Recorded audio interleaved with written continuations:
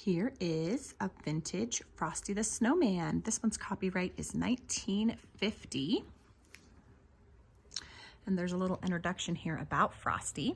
Frosty the Snowman was born in 1950 as the subject of a phonograph recording and soon after appeared in many different forms. A motion picture about him has been shown frequently on television, and there are Frosty toys, shirts, and games. He has been in numerous Thanksgiving Day and Christmas parades. Unlike other snowmen, he is at home even in the warmest parts of the United States. Frosty the Snowman came to town one bright cold winter's day. The first real snow of the season had fallen the night before. In the morning, out came the children, and they started to roll snowballs. Round and round the snowy yard they rolled the snowballs. Soon they had 2 fine big ones. Round and round the yard again. There was a little snowball, just the right size for a snowman's head.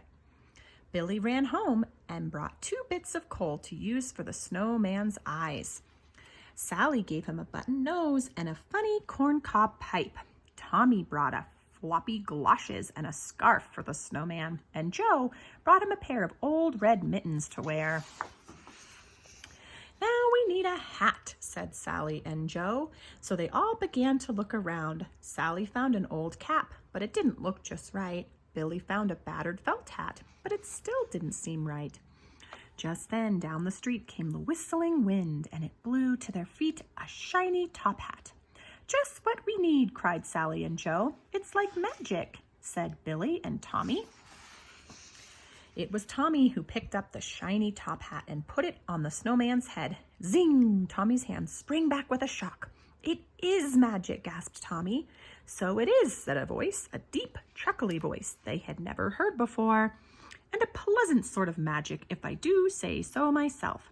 "It's the snowman," whispered Sally, and so it was. "Frosty the Snowman at your service," said he. That's how Frosty the Snowman came alive.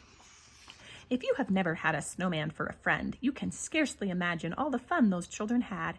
For Frosty took them coasting and never had their sled slide so swiftly and so far. Frosty helped them build a snow house and never had blocks packed so firmly and well. They all went ice skating, and the magical part was that while they were with Frosty, the children could stay out and play in the snow and never get shivery cold. Was it Frosty's warm heart or his magical smile? Whatever it was, they thought it was fine. Each morning when the children came out to play, Frosty had a wonderful plan all set. One morning he said, "Let's go shopping today. I've never seen a store, you know." So they all joined hands and away they skipped off toward town where the shops stood in rows. It was fun showing Frosty around, for he thought every window was wonderful. All around the town they led Frosty that day while the warm wintry sun shone down. Soon they came to a corner, and around the corner came a warm, gusty wind. Off went Frosty's hat, and away went Frosty after it. Then tweet sang the traffic cop's loud whistle, and the children could not follow Frosty because traffic streamed by, buses and trucks and family cars. Tweet went the traffic cop's whistle again. The crossing stood empty before them now, but there was not a sign of Frosty to be seen. Only down the street his top hat rolled, all by itself in the melted snow. "Mr. Policeman," the children cried, "where has Frosty the Snowman gone?"